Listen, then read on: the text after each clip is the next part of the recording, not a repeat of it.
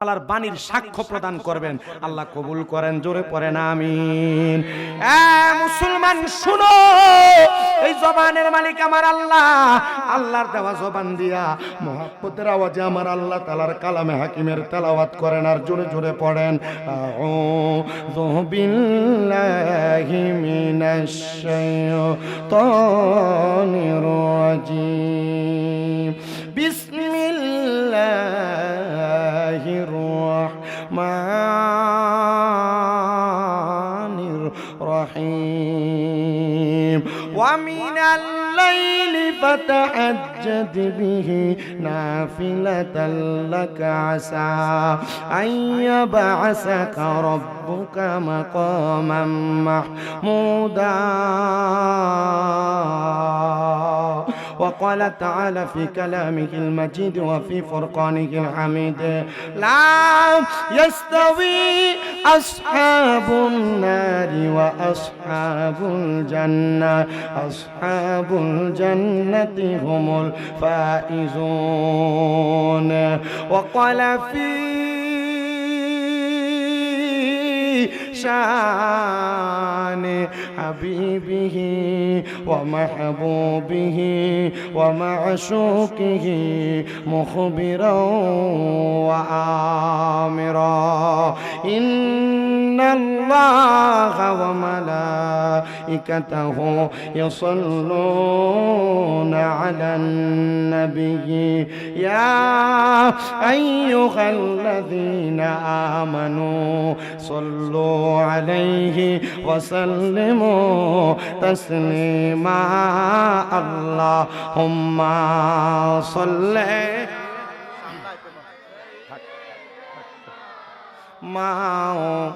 স্পিকারে গলা টানতেছে, সাউন্ড সুন্দর করতে গো, দূর থেকে কথা বলবো।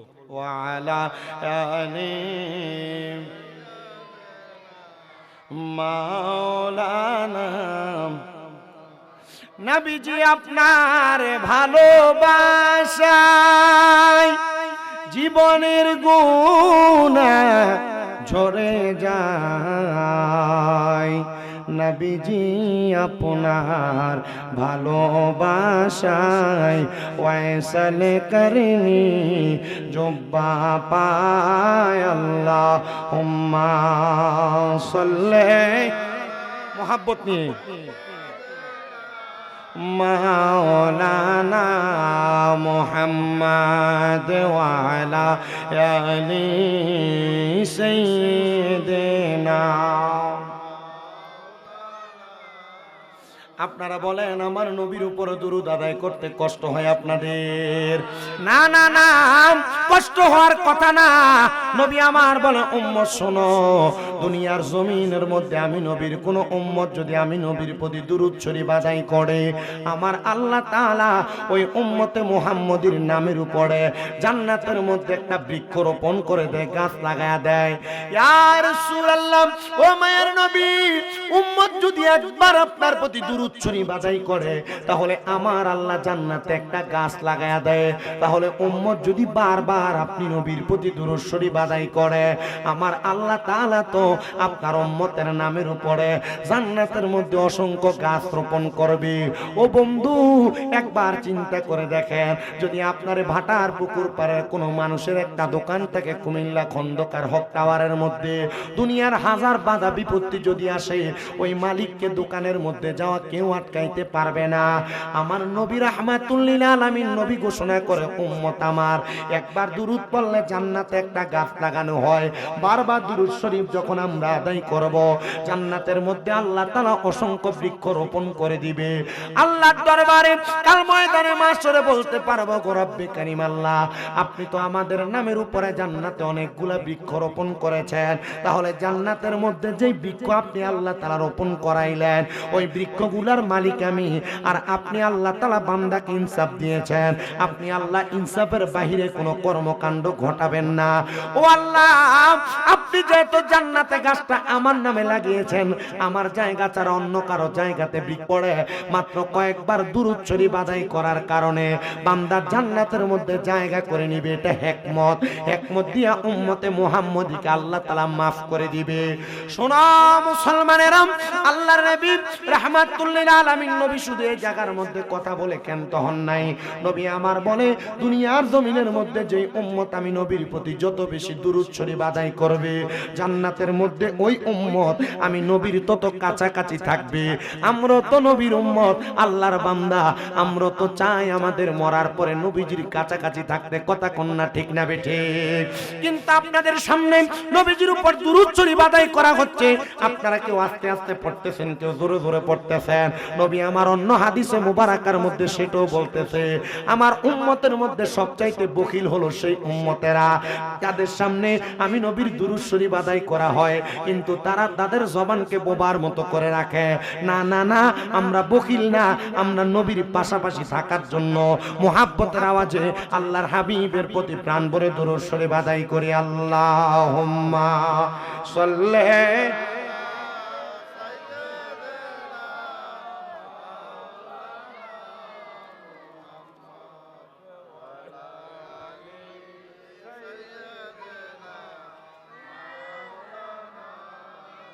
দিবানিশি কান্দরে মন গুনাহ মাফের লাগিয়া, মাফ করিয়া দিবেন তিনি যিনি রহমতের খাজিনা। আল্লাহুম্মা সাল্লি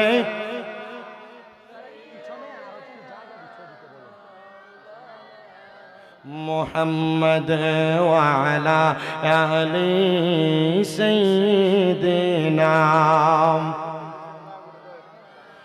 মুহাম্মদ। লা ইলাহা ইল্লাল্লাহ, কালেমা লা ইলাহা ইল্লাল্লাহ, লা ইলাহা ও লা ইলাহা ইল্লাল্লাহ, লা ইলাহা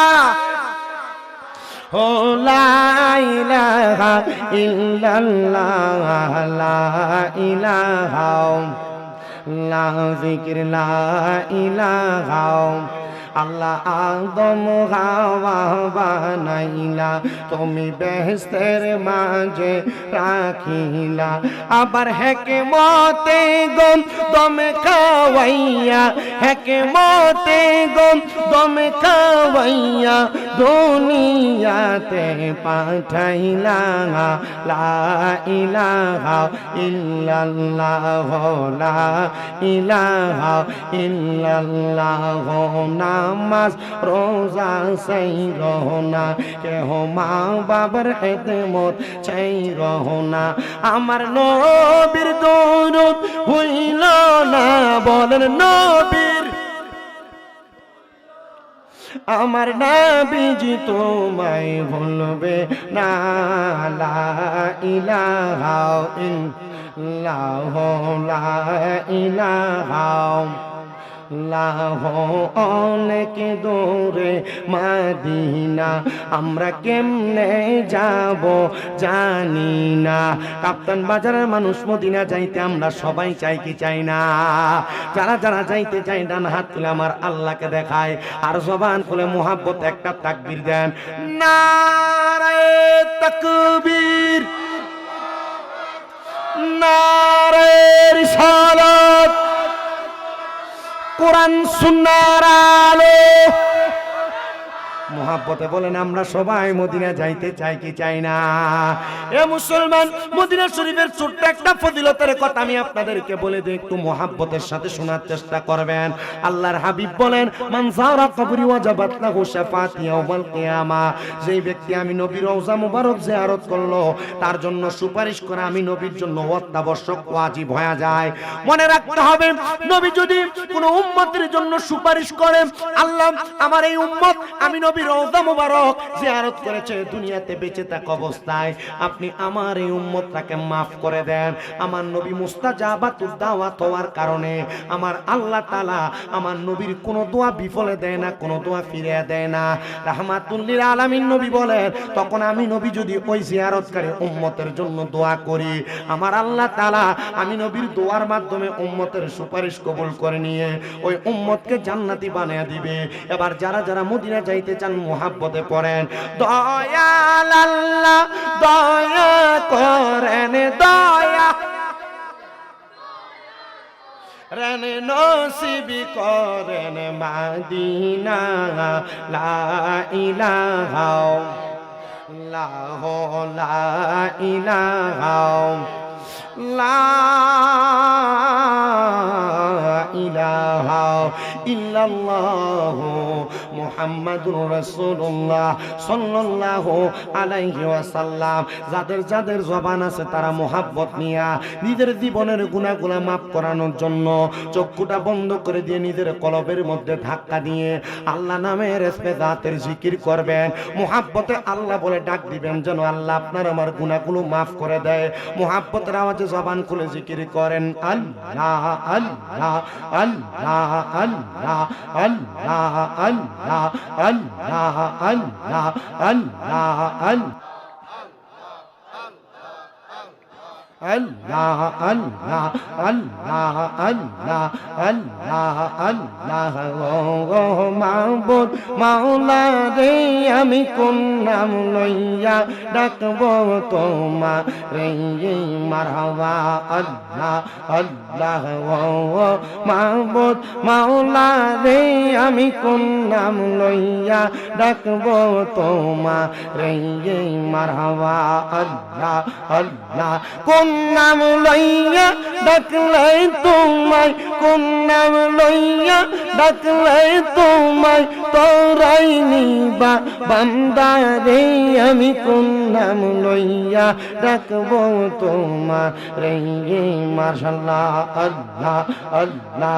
এক ডাকিলেন মূসা নবীজি, তার ডাকেতে সারা দিলা তোর পাহাড়ে নিয়ে, মারহাবা আল্লাহ আল্লাহ। খোদার নূরে পাহাড় জ্বলে, মূসা নবী জ্বলে না রে, আমি কোন নাম লইয়া ডাকবো তোমার রে, মাশাআল্লাহ আল্লাহ আল্লাহ ও মাবুদ মাওলা রে, আমি কোন নাম লইয়া ডাকবো তোমার রে, মাশাআল্লাহ আল্লাহ আল্লাহ।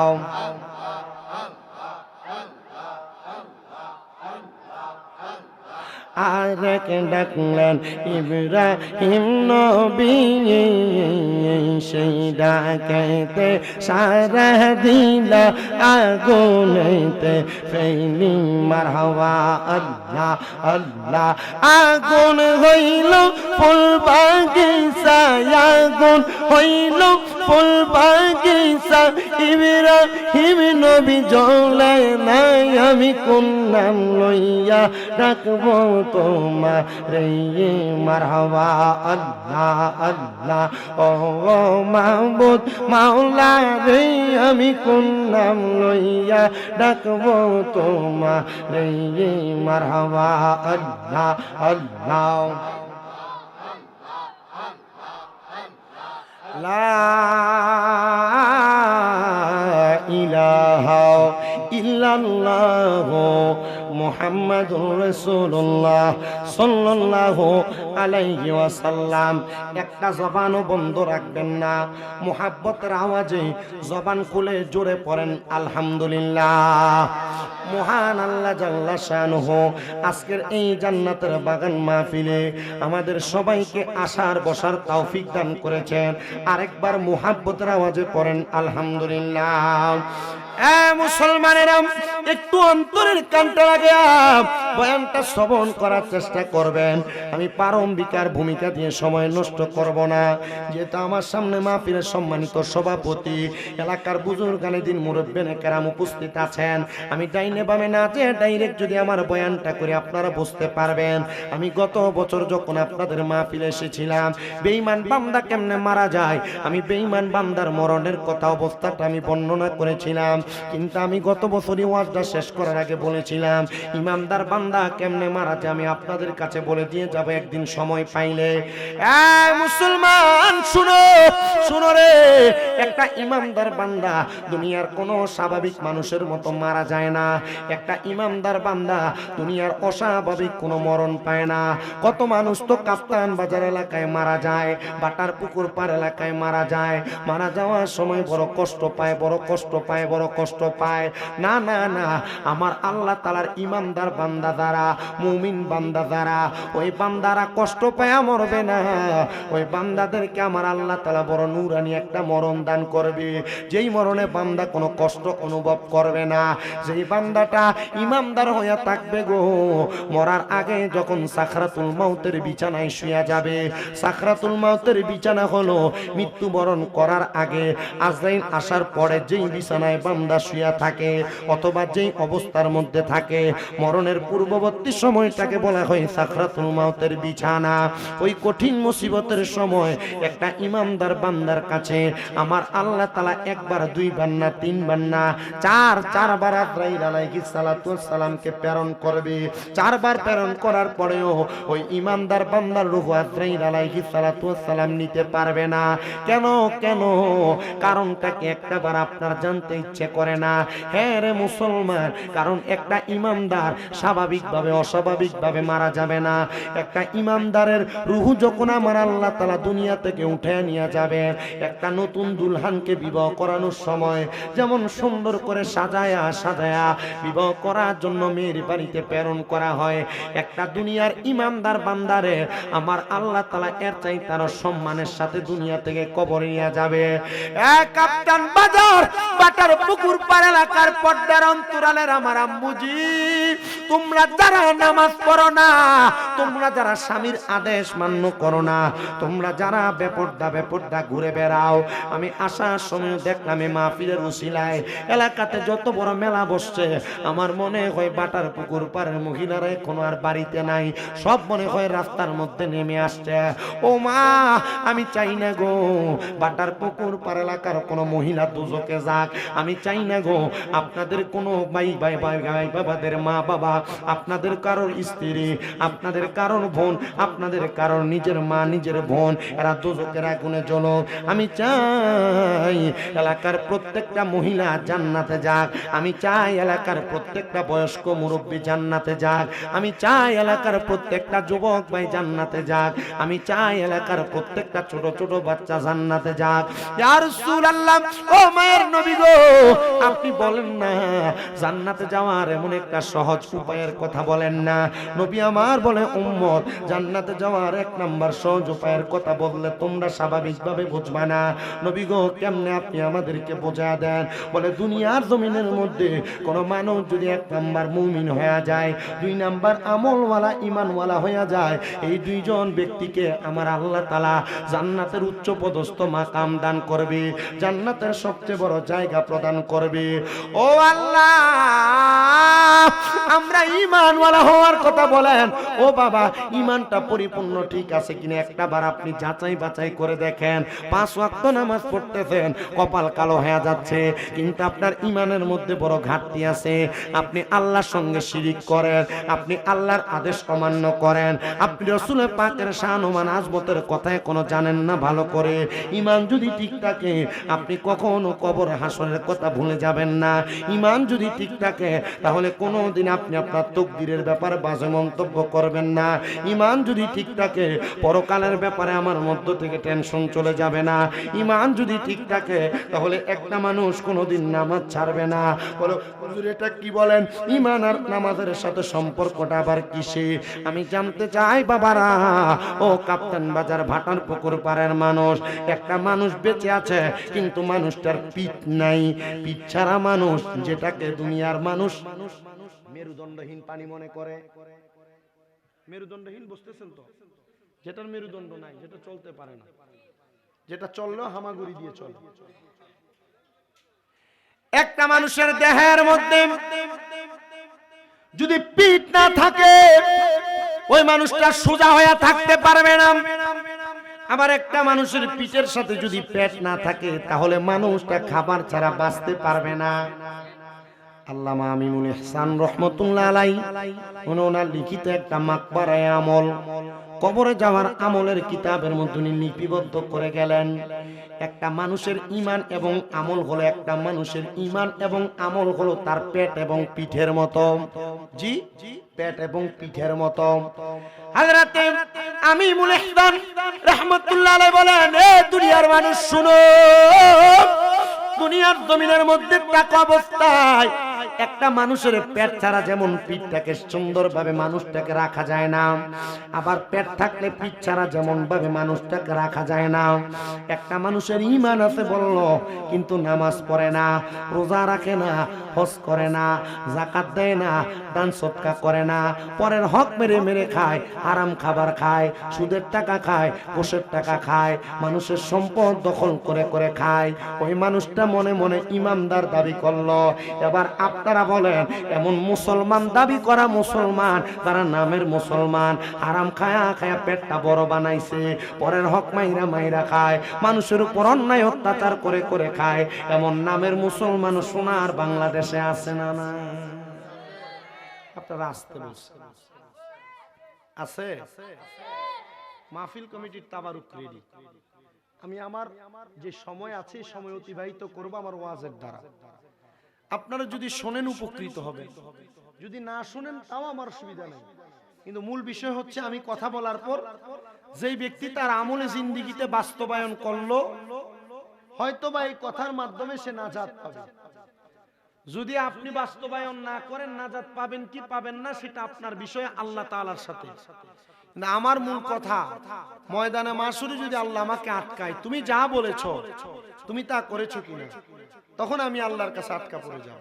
তবে এতটুক বিশ্বাস অন্তরে রাখতে পারি, ভাটার পুকুর পাড়ের জান্নাতের বাগান মাহফিলে আপনারা যারা বসেছেন, মা বোনেরা যারা পর্দার অন্তরাল থেকে শুনছেন, আপনারা যদি মনোযোগ লাগায়া এ বয়ান শ্রবণ করার পর আপনার ঈমান এবং আমলে দুইটাকে পরিপূর্ণ করতে পারেন, আমরা বিশ্বাস রাখি আমাদেরকে জান্নাত দিবেন একজন, তিনি কে? মারহাবা। কথা কোথায় ছিল? ঈমান এবং আমল। ঈমানওয়ালা ব্যক্তি কোনোদিন নামাজ ছাড়ে না। ছাড়ে? এখন আমি প্রশ্ন করি, আপনারা যারা ভাটার পুকুর পাড়ের মাহফিলে বসছেন, কয়জন এশারের নামাজ পড়ছেন? জবাবের বেলায় কম পাওয়া যাবে। তাহলে ওয়াজ মাহফিলই চলবে না, নামাজই হওয়া লাগবে। কথা বলেন না? আমার মুসলমান ইমানদার শুনো, এই ঈমান এবং আমল দিয়া একটা মানুষ আমার আল্লাহ তাআলার দরবারে কত দামি হয়। আমার আল্লাহ তাআলা ঘোষণা করে, উলাইকা হুম খায়রুল বারিয়া। যারা ঈমান এবং আমল এই দুইটাকে সুন্দর করতে পারে, এরা হলো আমার আল্লাহ তাআলার কাছে সবচাইতে ভালো মানুষ, সবচাইতে ভালো বান্দা। নচেত দুনিয়াতে যত রকমের ভালো মানুষ তোমরা দেখো, এদেরকে আমার আল্লাহ তাআলা ভালো বলেন নাই। ঈমানের ধনে যারা ধনী, আমলের ধনে যারা ধনী, আমার আল্লাহ তাআলা তাদেরকে ভালো বলেছেন। এখন আমি যদি আপনাদেরকে প্রশ্ন করি, হ্যাঁ বাটার পুকুর পাড়ের মানুষ আমল আর ঈমানের ধনী ধনী হয়ে গেলাম, তাহলে তো আল্লাহ তাআলা মনে হয় আমাদেরকে জান্নাত দিয়ে দিবে? না না না রে বাবা, জান্নাতে তো সোজা না। আল্লাহ জানায়া দেয়, বান্দা লা ইয়াস্তাউই আসহাবুন নারি ওয়া আসহাবুল জান্নাহ। জান্নাতি এবং জাহান্নামীর একরকম নয়, জান্নাত এবং জাহান্নাম দুইটা একরকম নয়। আল্লাহ কি বলেন? বলে হ্যাঁ, আসহাবুল জান্নাতি হুমুল ফাইজুন। যারা জান্নাতি তারা হলো সফল কাম। হুজুর ঈমান ঠিক, আমল ঠিক, তাহলে আমরা সবাই তো জান্নাতে চলে যাব?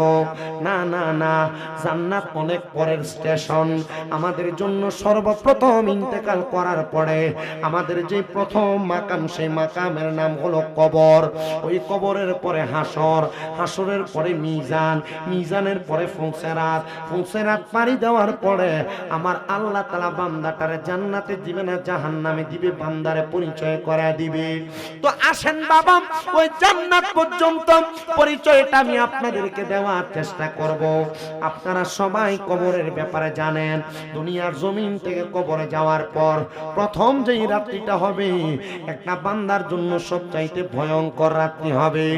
ওই কবরে একটা মানুষকে দেওয়ার পরে যখন মানুষ ওই কবরের কাছ থেকে তাল কিনার তালবিয়া পরে কবরের কাছ থেকে চলে যায়, তখন ওই কবরের মধ্যে দুইজন ফেরেশতা আগমন করে। দুইজন ফেরেশতা, মুনকার নাকির সম্মানিত দুইজন ফেরেশতা। আমরা একটা ভুল তথ্য জানি, ফেরেশতাদের নাম মুনকার নাকির না। এই মুনকার নাকির শব্দটার অর্থ হচ্ছে সম্মানিত দুইজন ফেরেশতা।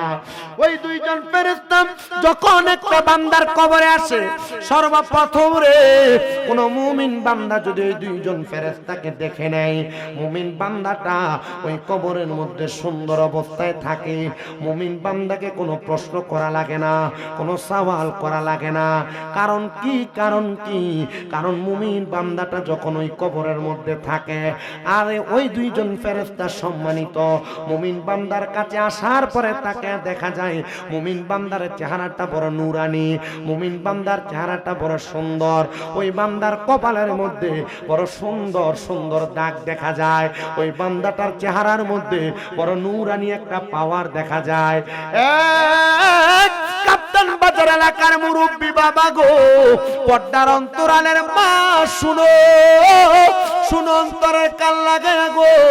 তোমরা যারা এই শীতের সময় বড় কষ্ট করে ঠান্ডা পানি দিয়া ওযু বানাও, তোমরা যারা তোমাদের মুখের মধ্যে পানি নিয়ে গড়গড়া করো, তোমরা যারা তোমাদের কপাল থেকে তোমাদের থুতনি পর্যন্ত, দুই কানের মাগবাড়া পর্যন্ত তোমরা ধৌত করো, হাতগুলার মধ্যে শিনশিনে ঠান্ডা পানিগুলা লাগায়া দাও, পায়ের মধ্যে ঠান্ডা পানিগুলা লাগায়া দাও, তোমাদের বড় দাম রে দাও, বড় সম্মান কি জানো?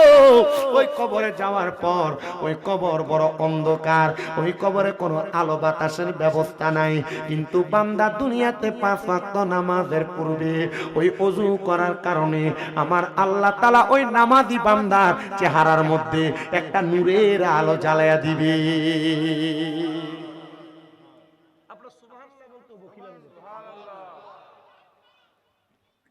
নূরের আলো জ্বালায়া দিবেন নামাজিদের চেহারা।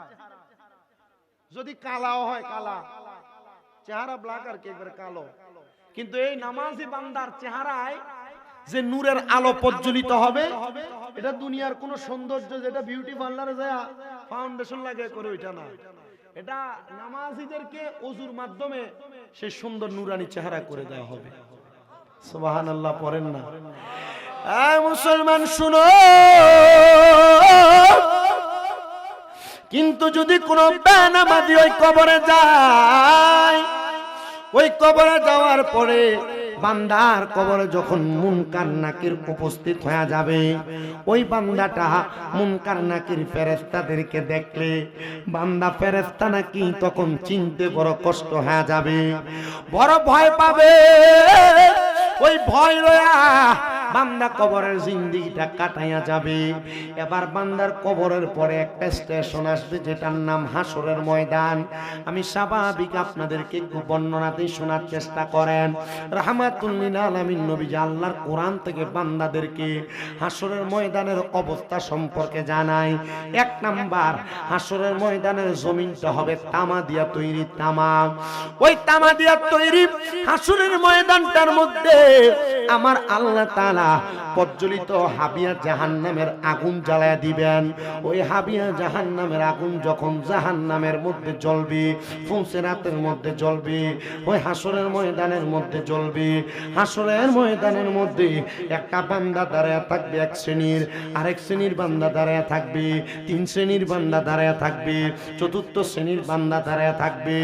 নবী গো, তারা কারা? এদের পরিচয়টা তুমি আমাদেরকে জানিয়ে দাও। নবী বলে 1 শ্রেণীর মানুষ থাকবে যাদের ঘাম থাকবে তাদের হাঁটু পরিমাণ, আরেক শ্রেণীর মানুষ থাকবে যাদের ঘাম থাকবে তাদের নাভি পরিমাণ, আরেক শ্রেণীর মানুষ থাকবে যাদের ঘাম থাকবে যাদের গলা পরিমাণ, আরেক শ্রেণীর মানুষ থাকবে যারা ঘামের সাগরের মধ্যে সাঁতার কাটবে। নবী কারা? বলে হাসরের ময়দানে যেই মানুষগুলা উদিত হবে প্রত্যেক প্রত্যেকটা মানুষের এমন অবস্থা হবে। ও মায়ার নবী গো, ওই হাসরের ময়দানে তো মানুষগুলো এত কষ্ট সহ্য করতে থাকতে পারবে না। বলে থাকতে পারুক আর না পারুক, দুনিয়ার জিন্দেগি মোতাবেক একটা মানুষকে সারা জীবন ওই জায়গার মধ্যে অতিবাহিত করা লাগবে না। কিছু সময়ের জন্য আমার আল্লাহ তাআলা হাসরের ময়দানে বান্দার ভালো মন্দের হিসাবের জন্য উপস্থিত করবে। একটা বান্দা যখন ভালো মন্দের হিসাবের জন্য উপস্থিত হয়ে যাবে, আমার আল্লাহ তাআলা ওই হাসরের ময়দানের কষ্ট অনুভব করানোর জন্য হাসরের ময়দানে প্রত্যেকটা বান্দার মাথার 4 আঙ্গুল উপরে পড়ে, একটা না, দুইটা না, তিনটা না, বর্তমান যে সূর্য আমরা দেখতে পাই এক এক করে 12টা সূর্যের তাপ বান্দার মাথার উপরে লাগায় দিবে। হুজুর কি বলেন? স্বাভাবিক কোনো গরম বাতাস লাগলে আমরা থাকতে পারি না, আর সূর্য বুঝে আমাদের মাথার উপর তাপ দিবে, আমাদের শরীর তো গলে একবার নিস্তেজ নিস্তীর্ণ হয়ে যাবে। হ্যাঁ, এ কাপ্তান বাজারের বাটার পুকুর পাড়ের মানুষ শুনো, শুনো রে, যখন বান্দার মাথার উপরে 12 সূর্যের তাপ পড়তে লাগবে, বান্দা হাই হুতাশ আফসোস আফসোস করতে থাকবে, বান্দার মগজ গইলা গইলা বান্দার কানের ছিদ্র দিয়া বের হতে লাগবে, বান্দার শরীরের চামড়া কোনা পর্যন্ত কোণে কোণে পড়ে যাবে। ওই বান্দা বড় কষ্ট পাবে, ওই বান্দা বড় কষ্ট পাবে। আল্লাহ শুধু বান্দা কষ্ট কষ্ট কষ্ট নিয়ে হাসরের ময়দানে থাকবে। বলে না রে না, ওই হাসরের ময়দানে বান্দা শুধু এই কষ্টটাই অনুভব করবে না, ওই বান্দাটা হাসরের ময়দানে যখন উঠবে তার শরীরে কোনো জামা থাকবে না, অহংকারের পোশাক, সুন্দর পাঞ্জাবি, মাথায় পাগড়ি, মুখে দাঁড়িয়ে আছে। আমি অহংকার করে রাস্তা দিয়ে হাঁটলে আমি মানুষের সঙ্গে কথা বলি না, আমার অহংকারের চাদর আমার শরীরে থাকবে না, আমার অহংকারের পোশাক আমার শরীরে থাকবে না। যেই সাদা কাপড় দিয়া 3 টুকরা দিয়া পুরুষকে 5 টুকরা দিয়া মহিলার বিদায় দিব, ওই কাপড় হাসরের ময়দানে থাকবে না। প্রত্যেকটা মানুষ, সন্তান, বাবা মা, আত্মীয় স্বজন সবাই একবারে বিনা কাপড়ে উলঙ্গ অবস্থায় হাসরের ময়দানে উঠবে। ওই হাসরের ময়দানে যখন বান্দা উঠবে রে, প্রত্যেকটা মানুষ উপরের দিকে তাকিয়ে থাকবে, একজন আরেকজনের দিকে তাকাইতে পারবে না। বলে কারণ কি?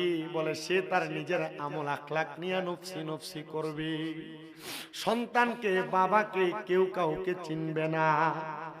ও নবী, আমরা বড় গুনাহগার, আমরা বড় বদকার, আমরা বড় সিয়াকার, আমরা বড় বেনামাজি, আমাদের পেটের মধ্যে কত মানুষের হকের খানা আছে।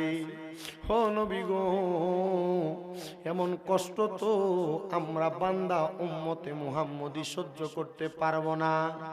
নবী বলে শোনো,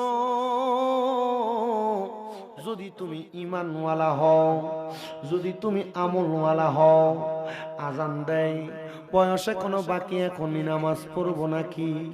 না না না,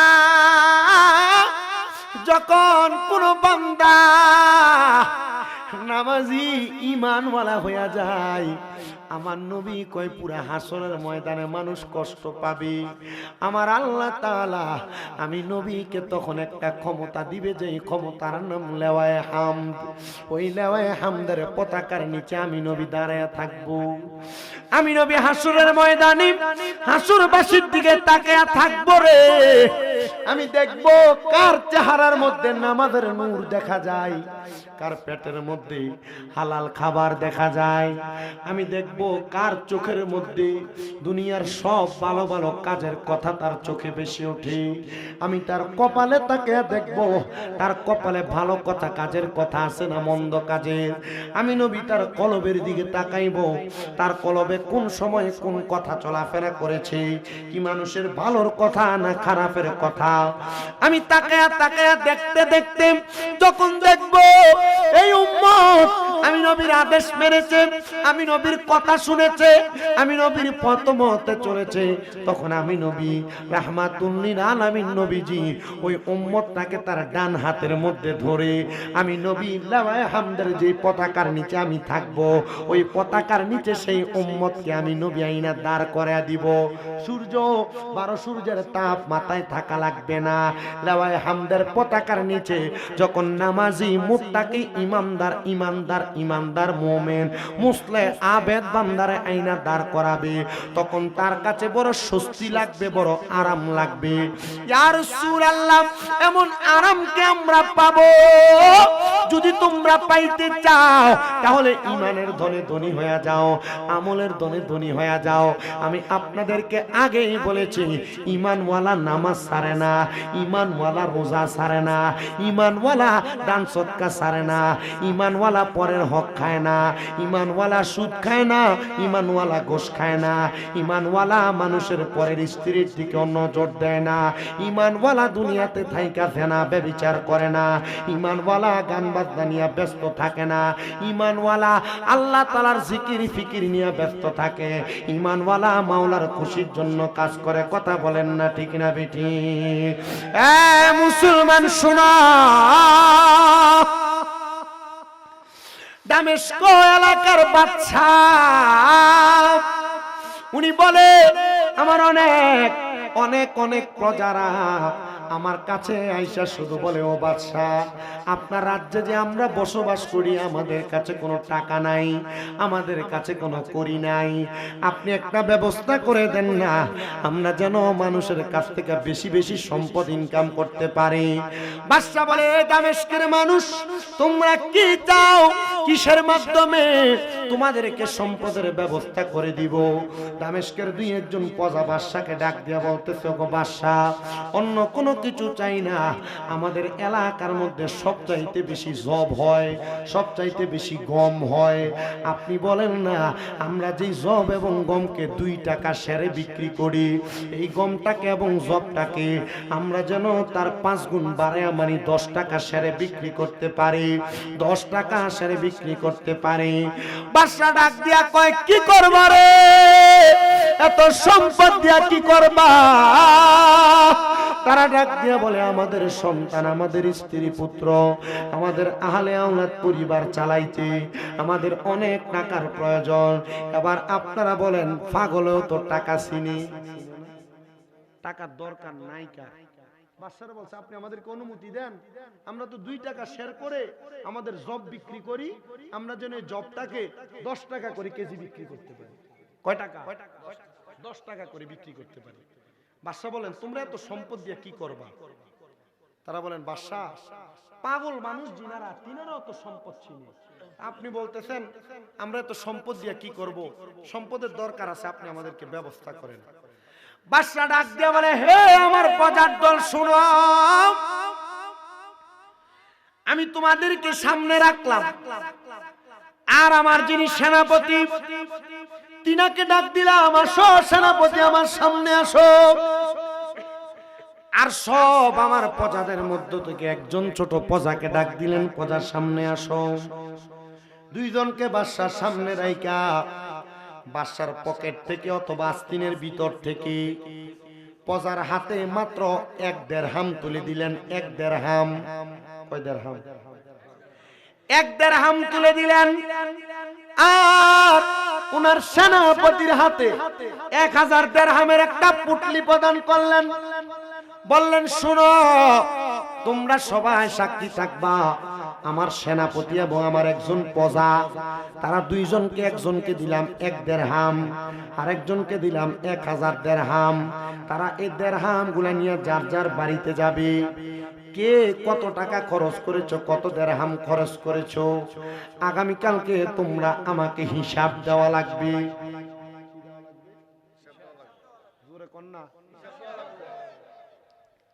তোমরা আমাকে হিসাব দেওয়া লাগবে।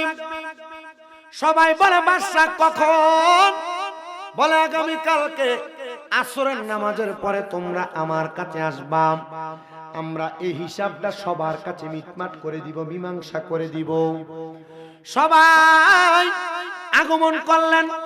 আর আইসা দেখেন প্রজাটা একবারে মুখটা গোমরা করে দাঁড়ায় আছে, কিন্তু তারে দেখা বাদশা মুস্কি মুস্কি হাসতেছে। আর সেনাপতির চেহারা বড় সুন্দর। আগের দিনে 1000 দিরহাম পায়া পরিবারকে নতুন জামা কাপড় কিনে দিছে, 1000 দিরহাম পায়া ভালো ভালো খাবার খাইছে, রাত্রবেলা আরামে আরামে ঘুমটো সুন্দর হয়েছে। এই জন্য সেনাপতি মুস্কি মুস্কি হাসতেছে। কিন্তু যাকে বাদশা 1 দিরহাম দিলেন ওই লোকটা মনটা বেজার করে দাঁড়ায় আছে। সমস্ত দামিশকের মানুষ বাদশার সামনে দাঁড়ায় আছে।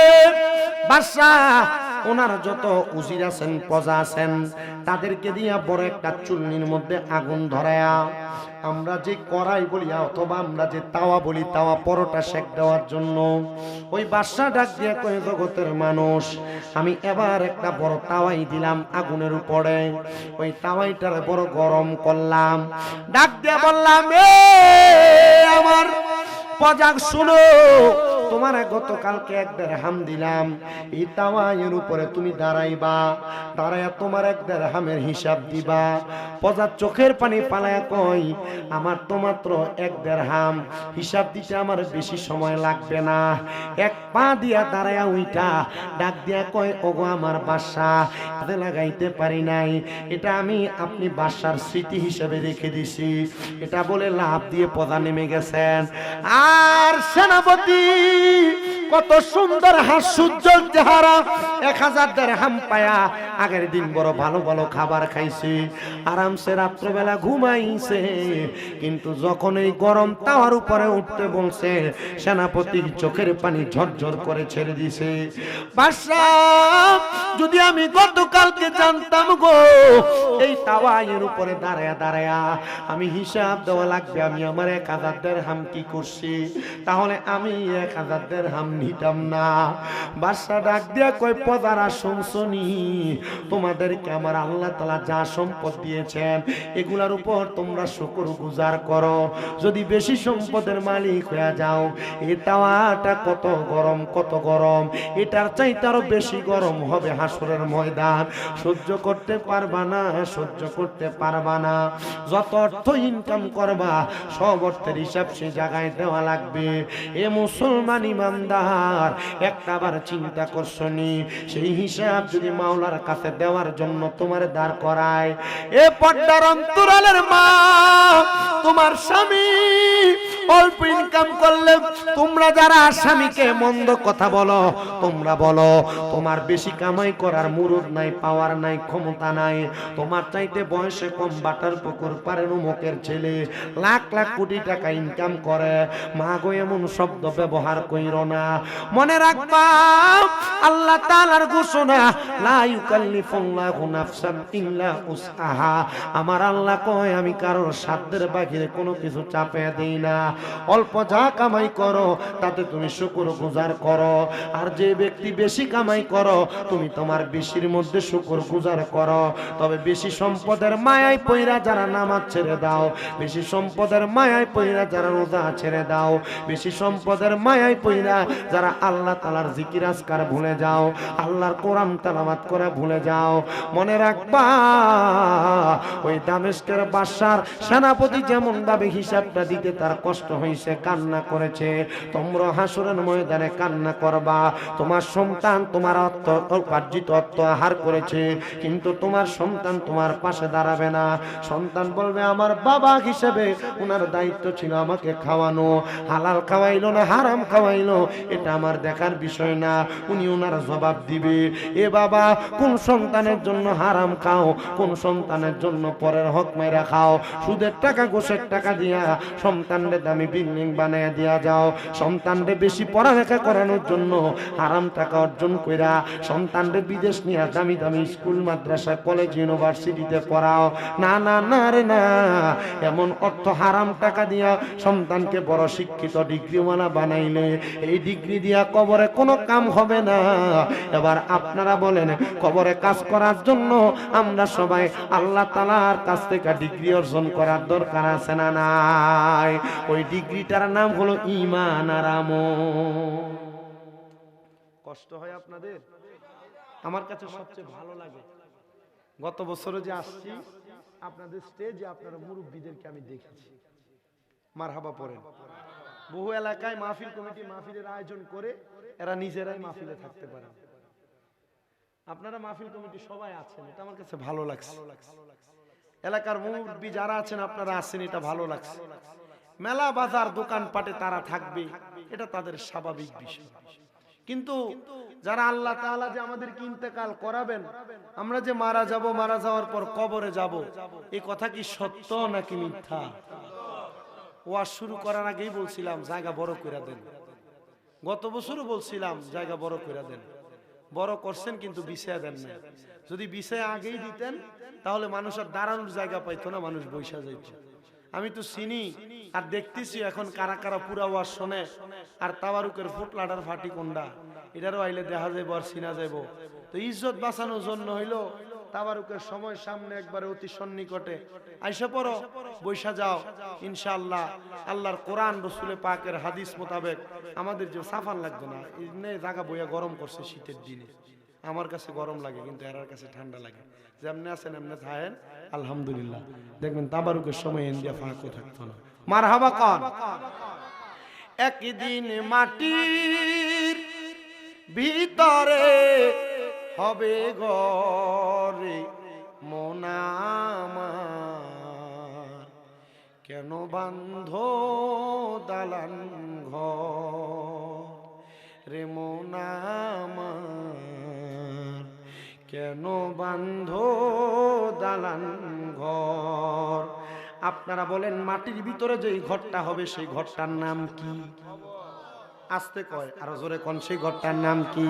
তাহলে কবরের কথা স্মরণ করে একটু মোহাব্বতে আমার সাথে বলার চেষ্টা করবেন। একদিন মাটির ভিতরে হবে ঘর রে মন আমার, কেন বান্ধ দালান ঘর রে মন আমার, কেন বান্ধ দালান।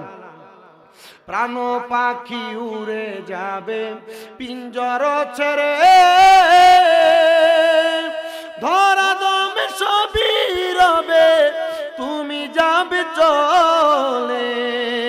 বন্ধু বান্ধব যত মাতা পিতা তারা সুত, বন্ধু বান্ধব যত মাতা পিতা তারা সুত, সকলই হবে তোমার পর রে মন আমার, কেন বান্ধ দালান ঘর রে মন আমার, কেন বান্ধ দালান ঘর। একদিন মাটির ভিতরে হবে ঘর রে মন আমার, কেন বান্ধ দালান ঘর। দেহ তোমার চর্ম চর গলে পচে যাবে, শিরায় উপশিরা গুলো ছিন্ন ভিন্ন হবে।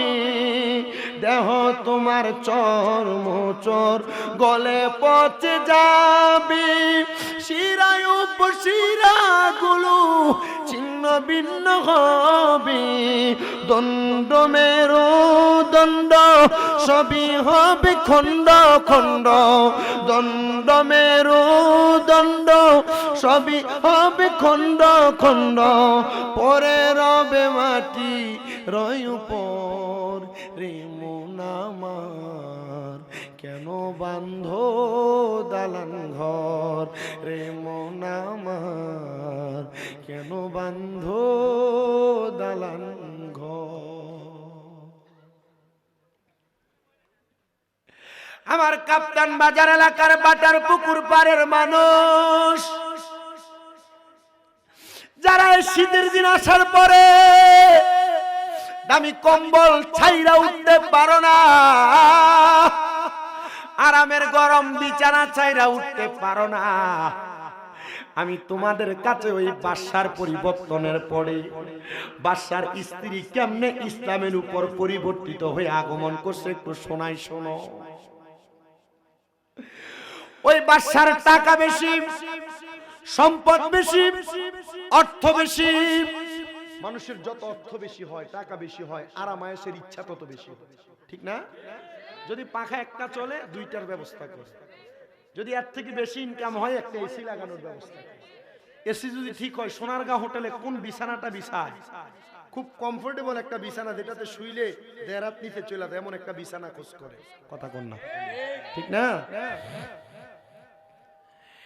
দামি বিছানা তালাশ করে, বাচ্চার স্ত্রী বলেন আমার সম্পদের কোনো অভাব নাই, আমি যে বিছানাতে ঘুমাই।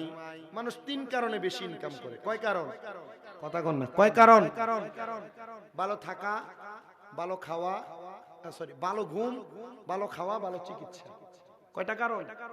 এই তিনটা দিক একটা মানুষের ঠিক থাকলে এ মানুষ আর দিন দুনিয়ার কথা চিন্তা করে না, দিন দুনিয়ার কথা চিন্তা করে না। এই তিনটা জিনিস। বাদশার স্ত্রী বলেন আমি যে বিছানাতে ঘুমাই, এই বিছানা বড় আরামের বিছানা, বড় সুন্দর বিছানা, তো বিছানাটাকে পরিষ্কার করে প্রতিদিন ওই বিছানার উপরে সুন্দর সুন্দর গোলাপের পাপড়ি বিছিয়ে দিতেন। গোলাপের পাপড়ি, একটা দাসী রাখলেন, একটা বান্দি রাখলেন, একটা কাজের মহিলা রাখলেন। সুন্দর করে প্রতিদিন ওই আলেয়া নামক একটা মহিলা, ওই কাজের মহিলাটা বাদশার রানীমা যিনি, শাহজাদি যিনি, রানীমার বিছানার মধ্যে সুন্দর সুন্দর গোলাপের পাপড়ি আর সুগন্ধি ছিটিয়ে দেয়। সব সময় ওই বিছানার মধ্যে আরামে আরামে ঘুমায়।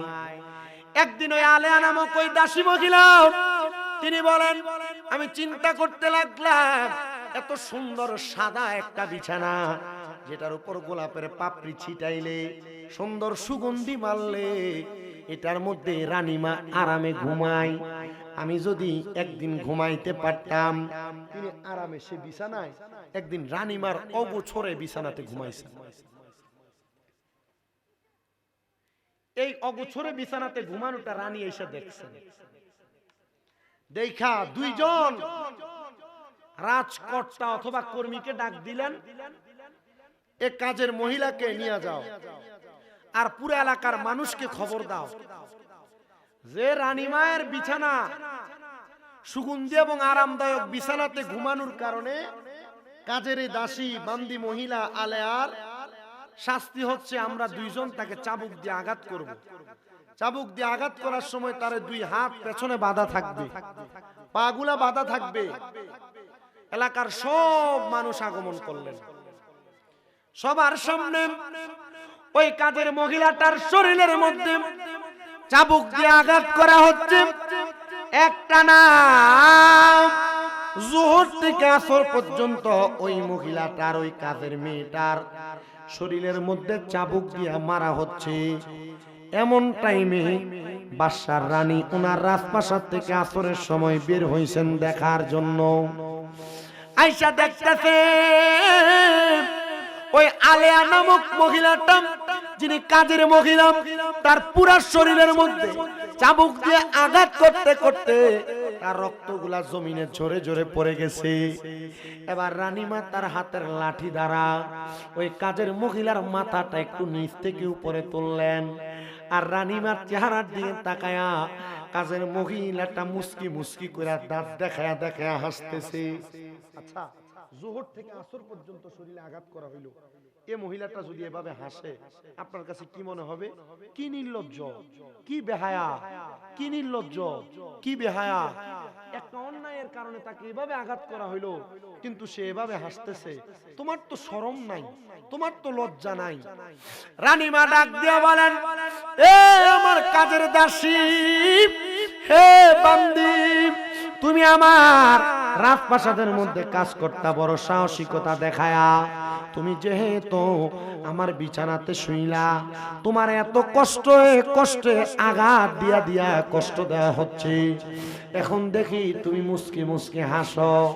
ওই আলেয়া নামক কাজের মহিলাটা ডাক দিয়া কই, শোনেন রানীমা, আমি এমনে এমনে হাসি না, আমি আপনার দূর কথা শুই না স্মরণ করে করে হাসি, আপনার দুঃসময়ের কথা স্মরণ করে করে হাসি। রানীমা বড় অবাক হয়ে গেল। কি বলো? বলে হ্যাঁ শুনেন, আমি কি বলি শুনেন আপনি, আমি আমার এই মায়ের জন্য, শাস্তির জন্য, আঘাতের জন্য কান্নাকাটি করি না। আমি কান্নাকাটি করি আপনার জন্য, আফসোস করে করে মুস্কি মুস্কি হাসি। আমার চোখে পানি থাকতে পারে কান্নার আঘাতের, কিন্তু আমার মুখে হাসিটা হলো খুশির হাসি। বলে কেন হাসো একবার বলো? কয় আগে আমার হাতের বান ছুটিয়া দেন। হাতের বান পায়ের বান ছুটিয়া দাঁড় করাইছি। ডাক দিয়া কয় এ রানীমা, এলাকার মানুষকে কেন আনছে? বলে তুমি আমার বিছানাতে শুইয়া, আমার বিছানার মধ্যে থাকার কারণে তুমি নিম্নবিত্ত, আমার উচ্চবিত্ত বিছানার মধ্যে ঘুমানোর কারণে শাস্তি। বলে এই জন্য জোহর থেকে আসর পর্যন্ত এত কঠোর শাস্তি দিলেন? বলে হ্যাঁ। এ রানীমা, আমি হাসি এই কারণে, এই কারণে আমি তো সামান্য অল্প কিছুক্ষণ সময় এই বিছানাতে শোয়ার কারণে আপনি আমার জোহর থেকে আসর পর্যন্ত পিডাইছেন।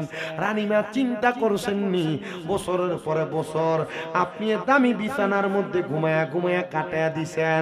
আপনি মরার পরে কবরের আযাবের ফেরেশতারা আপনারে কত পিডানু পিডাইব, আপনারে কত শাস্তির শাস্তি দিব। রানীমা বড় অবাক হয়ে গেল। কি বললো রে?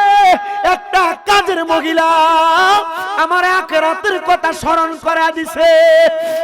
কাপ্তান বাজারের, কুমিল্লা শহরের বাটার পুকুর পাড় এলাকার পর্দার অন্তরালের মা সারা রাত্র পর্যন্ত মোবাইলে টিকটক চালায়, শর্ট ভিডিও দেখা, টিভি সিরিয়াল দেখা দেখা তোমরা যারা সারা রাত্র অতিবাহিত কইরা ফজরের নামাজের পূর্বে ঘুমাইতে যাও, মা শুনো শুনো শুনো গো, এই ঘুমের কারণে কবরের কঠিন আযাব, কঠিন শাস্তি, ফেরেশতাদের আঘাত তোমাকে সেবন করা লাগবে গো মা। এই কষ্ট সহ্য করতে পারবা না।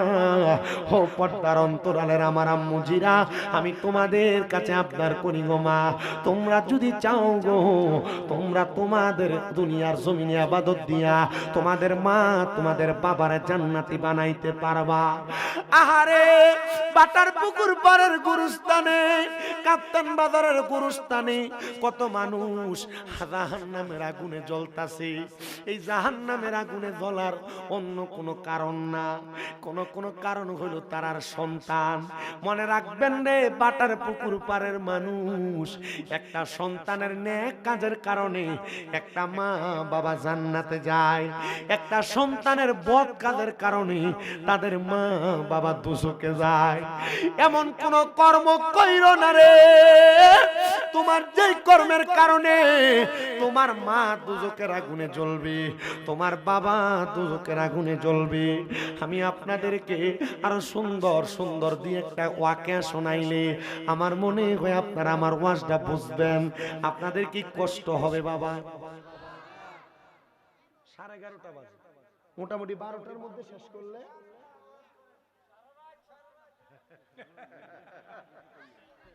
চিন্তা করতেছে। আচ্ছা কমু কমু কমু মারহাবা খান। আমার ওয়াজটা কেমনে হইতো? সভাপতি সাহেব আপনি কোন না, মানুষ বেশি জোরে করলে সমস্যা আসেনি। নির্বাচন আইতাছে, তফসিল ঘোষণা হয়ে গেছে, এক কাপ চায়ের কাছে তো বেশ হয়ে যাবেন গা। এসুনকালে তো মাশাআল্লাহ কি সুন্দর স্লোগান দিব, হ্যাঁ পাল্টে যাবেন গা আপনারা। আচ্ছা এটা নির্বাচন নিয়ে আমার কোনো কথা নেই, কারণ আমি আমার কথা এনে কইলেও কোনো কাম হইতো নইব। আচ্ছা নির্বাচন করতে হইলে মোটামুটি এলাকার মানুষের মাথা পিছু 500 করে টাকা দিয়া, এরপরে 1 ফটলা করে বিরিয়ানি দিয়া যদি একটা সমাবেশের ডাক দেই, তাইলে না আমি নির্বাচনের বক্তব্য দেব। বহুত মৌলবী সাহেবরা দেখবেন ইউটিউবের ভিতরে নির্বাচনী বা রাজনৈতিক বক্তব্য স্টেজের ভিতরে দিয়া বেদাল লাগাই দেয় ইউটিউবের ভিতরে, আছে না এমন মৌলবী সাহেব? এটি সিটার, এটি কি জোরে কোন, এটি কি সিটার? তোমার কে কইছে তুমি মাহফিলের স্টেজে রাজনৈতিক বক্তব্য দিতা? তোমার দলের কথা স্টেজে কইতে তোমার কে কইছে? বাটপারের দল কোনখানকার। এরপরে যদি কেউ কয় যে হুজুর রাজনৈতিক বক্তব্য দিয়েন না, তখন কয় যে কোরআনের মাহফিলে বাধা দিছে।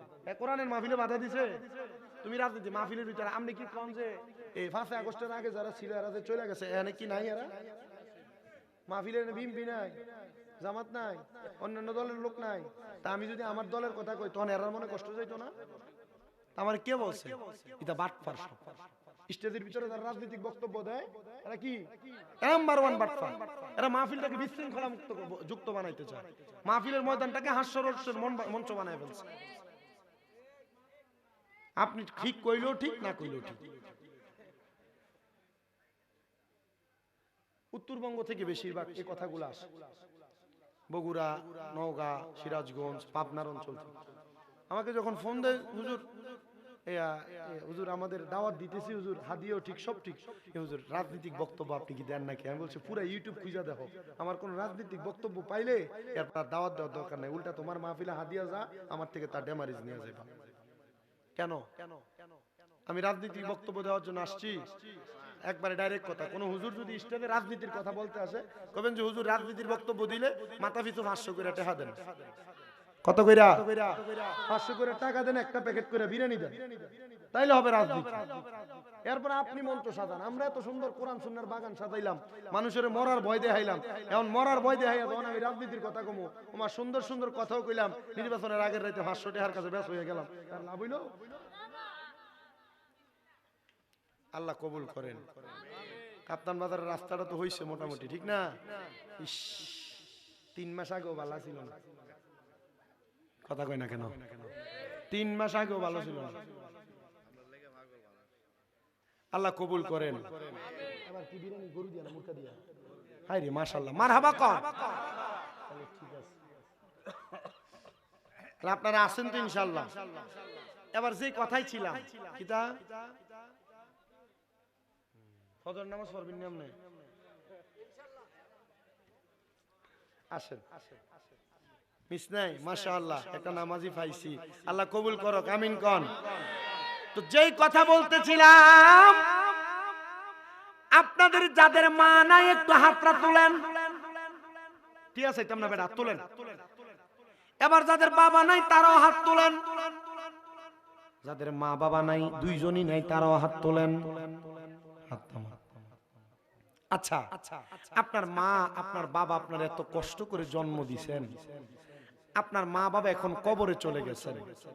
যদি আপনাকে কেউ বলে তুমি সন্তান আজকে গান বাজনা করার কারণে, তুমি সন্তান আজকে মানুষের সম্পদ দখল করার কারণে, তুমি সন্তান আজকে চাঁদাবাজি করার কারণে, তুমি সন্তান আজকে নামাজ না পড়ার কারণে তোমার মা বাবা কবরের আযাবে জ্বলতেছে, তখন কি আর আপনি এটা বিশ্বাস করবেন? হ্যাঁ, চিন্তা করবেন, আমি তো দেখছি না, জলুগা এমন না?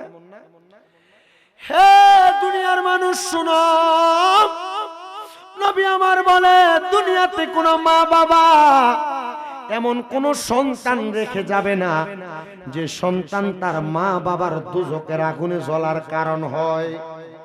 এ মুরব্বী বাবা, এ যুবক ভাই, এ আমার পর্দার অন্তরালের মায়েরা, আপনারা আপনাদের সন্তানদেরকে কোরআন সুন্নাহওয়ালা বানান। যেহেতু আল আমিন ফুরকানিয়া মাদ্রাসা এবং মাদ্রাসা, এই মাদ্রাসার মধ্যে আপনার সন্তানটাকে কমপক্ষে আল্লাহর কোরআন শিখান। কেন শুনুন, সরকারি, বেসরকারি, প্রাইভেট এবং সরকারি যে কোনো স্কুলের মধ্যে বাচ্চা পড়ে, গণিত অথবা ইংরেজি পড়ার জন্য একটা টিচারকে সর্বনিম্ন 2 বিষয়ে 2000 টাকা বেতন দেয়। কিন্তু আরবি শিক্ষা গ্রহণ করানোর জন্য এই ভাটার পুকুর পাড়ের মানুষ, এলাকার কবরবাসীদেরকে বাঁচানোর জন্য একটা সুন্দর জান্নাতের বাগান মাদ্রাসা খুলে ফেলছেন। কোরআন শিখাও ছেলে মেয়েকে ওহে মুসলমান, জান কবজের সময় তোমার হইবে রে আসান। বলেন কোরআন শিখাও ছেলে মেয়েকে ওহে মুসলমান, জান কবজের সময় তোমার হইবে রে আসান। একটি ছেলে আলেম হলে পড়বে কোরআন মৃত্যু কালে। বলেন আরেকটা হুজুর দিয়ে দোয়া করে মা বাবার লাগিয়া, কথা বলেন না কেন? আপনি আমারে নিয়ে যান না, 500 টাকা হাদিয়া দেন না, আমি আরেকটা হুজুর আমার আগে আপনি দোয়া করলে দোয়া কবুল হবে। হুজুরদের কি দিয়ে করায় মানুষ, ওলামায়ে কেরাম আল্লাহরে ভয় করে এই জন্য। এর থেকে বেশি না। আপনি যদি আলেম হন, কোরআন শিখে আপনি গাড়ি চালাতে পারবেন না, কোরআন শিখে ডাক্তারি করতে পারবেন না, কোরআন শিখে আপনি ইঞ্জিনিয়ারিং করতে পারবেন না, কোরআন শিখে অ্যাডভোকেট হইতে পারবেন না, সাংবাদিক হইতে পারবেন না, সবই তো পারবেন, তা আপনি শিখবেন না কেন? এজন্য হাদিস শরীফ বলে, একটি ছেলে আলেম হলে পড়বে কোরআন মৃত্যুকালে, হায়রে দূর হবে বিয়াদবে শয়তান, থাকবে রে ঈমান, দূর হবে বিয়াদবে শয়তান, থাকবে রে ঈমান, জান কবজের সময় তোমার হইবে রে আসান। বলেন কোরআন শিখাও ছেলে মেয়েকে ওহে মুসলমান, জান কবজের সময় তোমার হইবে রে আসান। গত বছর বইলা গেছিলাম আমার কুমিল্লা যে নূরপুরের মাদ্রাসার কথা, আলহামদুলিল্লাহ এই বছর 5 জন পাগড়ি পাবে। মারহাবা কয় না তো? 5টা ছেলে হেফজ শেষ করবে, এইবার শেষ করে ফেলছে, এখন শোনাইতেছে। রমজানের আগে আমার মাদ্রাসার আরো 8 থেকে 9 জন বাচ্চা হেফজ শেষ করবে, আলহামদুলিল্লাহ। পরে কাপ্তান বাজারের একটা বাচ্চা আমার মাদ্রাসায় গত বছর এখান থেকে যাওয়ার পর পরে, আলহামদুলিল্লাহ। আমি নিয়ত করছি আমার প্রত্যেকটা ছাত্রকে কোরআনে হাফেজ বানায়া আমি দেশ বিদেশের খেদমতে, কোরআন সুন্নাহর খেদমতে ছাড়বো ইনশাআল্লাহ। আর জোরে পড়েন ইনশাআল্লাহ। আপনারা আমার কথার একটু জবাব দিয়েন। কালকেও 3 মাহফিল, কিন্তু কালকে বাদ মাগরিব ওই যে কসুয়া, এশারের পরে 9টা থেকে এটা হচ্ছে বরুড়া বাতেশ্বর, 11টা এসে বরুড়া মোহিতপুর। এই 3 মাহফিলের এক সীমাবদ্ধতা, আমার শরীরে কুলাইতে হবে। একটু ওয়াজ করি, একটু মনোযোগ দিয়া আমার কথার জবাবও দিয়ে আমার সাথে গায়েনও।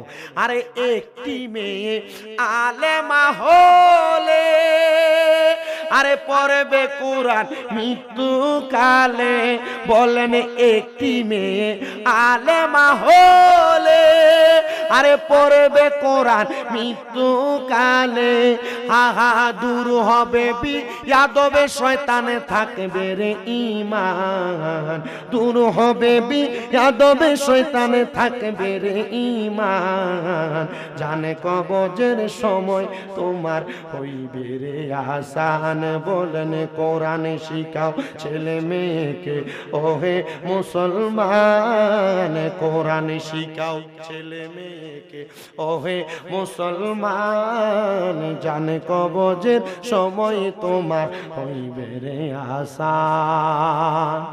একটা সন্তান কোন অপকর্ম, কোন গুনার কাজ, কোন বেহায়াপনা, গান বাজনা, হারাম কাজ, চুরি চামারি করা, ওই সন্তানটার অপকর্ম, পরের হক দখল করে খাওয়া, এই কর্মগুলার কারণে তার বাবা জাহান্নামী, তার মা জাহান্নামী। এ পর্দার অন্তরালের মা, তোমরা যারা আমার বয়ান শ্রবণ করো গো, আমি স্বামী দাদা তোমাদেরকে বইলা দিয়া যাই, তোমরা মেয়েদের কারণে, ব্যাপারটা চলার কারণে, তোমরা বেহায়াপনা করার কারণে তোমরা জাহান্নামের আগুনে দাউ দাউ করে নিজেও জ্বলবা, তোমার মা বাবার জাহান্নামের আগুনে জ্বালাইবা। হুজুর কেমনে গো? আমাদের তো জানতে বড় ইচ্ছা হয়। হযরতে হাসান মুরাদ সারতোনি রহমাতুল্লাহ আলাইহি, আল্লাহ তাআলার একজন খাস বান্দা, হযরতে ওয়াকারউদ্দিন মুরাদাবাদী রহমাতুল্লাহ আলাইহি, আল্লাহর একজন খাস বান্দা, হযরতে ইয়াকুব মুরাদাবাদী, আল্লাহর আরেকজন খাস বান্দা। এই 3 জন খাস বান্দা একটা ঘটনার বর্ণনা করেছেন। তিনাদের কাছে তিনাদের একজন উস্তাদ বলেছেন, উনি ফজরের নামাজ আদায় করে ওনার মুসল্লার মধ্যে অপেক্ষা করতে লাগলেন। ফজরের নামাজ পড়ে সূর্য উদয় হওয়ার আগে উনি নামাজের মুসল্লা থেকে উঠতেন না, অপেক্ষা করতেন, 2 রাকাত নামাজ পড়তেন, যেটাকে চাশতের নামাজ অথবা দোহার নামাজ বলে।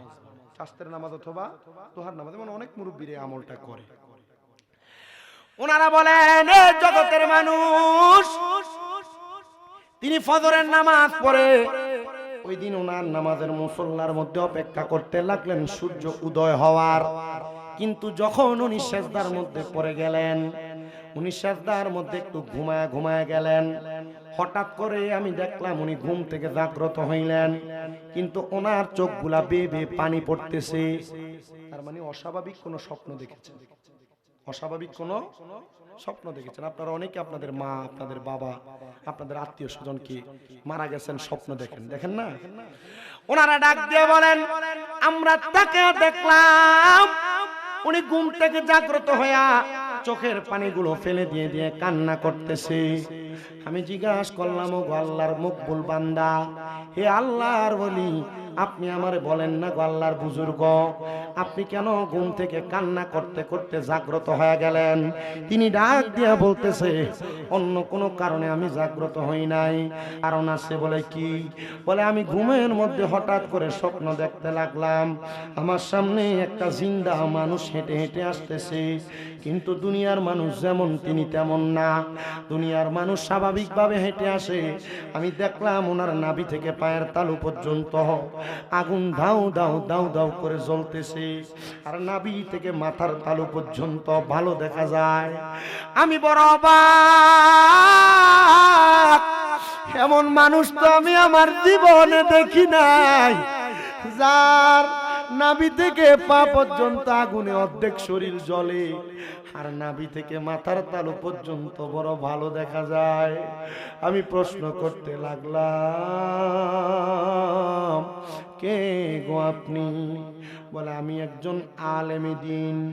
আলেমে দিন মানে হুজুর বুঝাইছেন, আমি একজন আলেমে দিন। চিন্তা করো, হুজুর হইয়া কবরে গেছে, কিন্তু কবরের মধ্যে নাভি থেকে পায়ের তালু পর্যন্ত আগুনে জ্বলে, কত কঠিন শাস্তি ভোগ করে, অর্ধেক শরীর আগুনে জ্বলে, অর্ধেক শরীর ভালো। আমি ওনারে জিজ্ঞাসা করলাম, ও আলেমে দিন,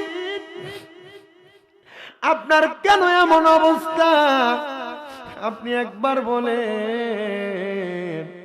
তিনি আমার জবাব দেয়, আমি যখন ইন্তেকাল করি, আমার একটা বাচ্চা মেয়ে ছিল, তার বয়স ছিল 12 বছর। সে আল্লাহর কোরআন মুখস্থ করে ফেলছে, কোরআন সুন্নাহ মোতাবেক সে তার জীবন কাটাইছে। কিন্তু আমি যখন ইন্তেকাল করি, আমার স্ত্রীর গর্ভে একটা বাচ্চা ছিল, যার বয়স ছিল 8 মাস। সে দুনিয়ার আলো দেখে নাই, আমি দেখার আগে দুনিয়া থেকে চলে আসছি। ওই মেয়েটা মায়ের গর্ভ থেকে দুনিয়াতে আসার পরে ওই মেয়েটা কোরআন সুন্নাহ মোতাবেক জীবন সাজায় নাই। এই জন্য আমার আল্লাহ তাআলা ওই বদকার মেয়েটা যে গুনাহগার, বেপরদা, হারাম পথে চলে, অবৈধ পন্থায় চলাফেরা করে, আমার আল্লাহ ওই মেয়েটার কারণে আমার অর্ধেক শরীর আগুনে দাউ দাউ করে জ্বালাইতাছে। এ কাপ্তান বাজারের বাটার পুকুর পাড়ের মা, আজ মাহফিল উপলক্ষে তোমরা যারা রাস্তায় দাঁড়ায়া দাঁড়ায়া পরপুরুষের সামনে চটপটি পুচকা খাইছো, আমি আসার সময় দেখা দেখে আফসুস করছি। কুমিল্লা কান্দির পাড়ে যখন যাই, হাঁটার সময় আমি আফসুস করি। চকবাজারে যখন হাঁটতে বের হই, হাঁটার সময় আমি আফসুস করি। মাঝে মাঝে যখন আমরা রাস্তাঘাট দিয়া গাড়ি দিয়া চলাফেরা করি, হাঁটতে হাঁটতে আমরা বড় আফসুস করি। মহিলারা কি বোঝে না, তারার এই বেপরদা বেহায়াপনার কারণে আল্লাহ তাআলা তাদের বাবা মারে কবরে আযাব দেয়, আল্লাহ তাদের বাপ ভাই তাদের স্বামীর কবরে আযাব দেয়। এ বাবা, আপনাদের কাছে আমি করজোরে আবদার করি, আপনারা আপনাদের স্ত্রীদেরকে, আপনাদের মাকে, আপনার বোনকে কষ্ট করে একটু পর্দা করাইবেন, পর্দাতে রাখবেন। দেখবেন আমার আল্লাহ তাআলা আপনাদেরকে জান্নাতি বানাইবে এদের কারণে। উনি ডাক দিয়া কই, জগতের মানুষ, আমার ওই কন্যাটা বেপরদা বেহায়াপনা থাকার কারণে আমার আল্লাহ তাআলা আমার কবরে আযাব দিতেছে।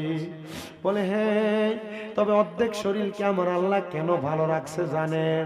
আমার একটা মেয়ে আছে যে 12 বছর বয়সে কোরআনে হাফেজা হয়েছে, আমার একটা মেয়ে আছে যে নামাজি, আমার একটা মেয়ে আছে যে রোজাদার, আমার একটা মেয়ে আছে যে আল্লাহর কোরআনের পথ মতে চলে। ওই মেয়েটার কারণে আল্লাহ তাআলা আমার অর্ধেক শরীর ভালো রেখে দিছে। উনি বলেন, আমি তালাশ করতে লাগলাম এই দামেস্ক এলাকার কোন মহিলারে গর্ভে 8 মাসের মেয়ে থাকতে তোমার স্বামী মইরা গেছে, তোমার 12 বছরের কন্যা থাকতে স্বামী তোমারে ফালায়া ইন্তেকাল করছে। আমি তালাশ করতে করতে দামেস্কের প্রত্যেকটা ঘরের দরজায় দরজায় গেছি রে, কিন্তু আমি দেখছি কোন মানুষ আমার জবাব দেয় না, এমন একটা মানুষ আমি পাইলাম না।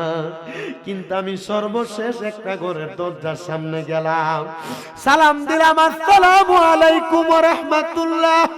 2 বার তিনবার সালাম যখন আমি দিলাম, কিন্তু আমার সালামের জবাবটা কেউ দেয় না।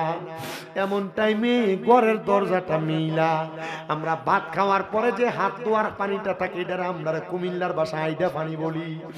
ওই নোংরা নোংরা পানি একটা পাত্রের মধ্যে কইরাম, দরজাটা খুইলাম, আমার শরীরের মধ্যে ফিক্কা মেলা মারছে।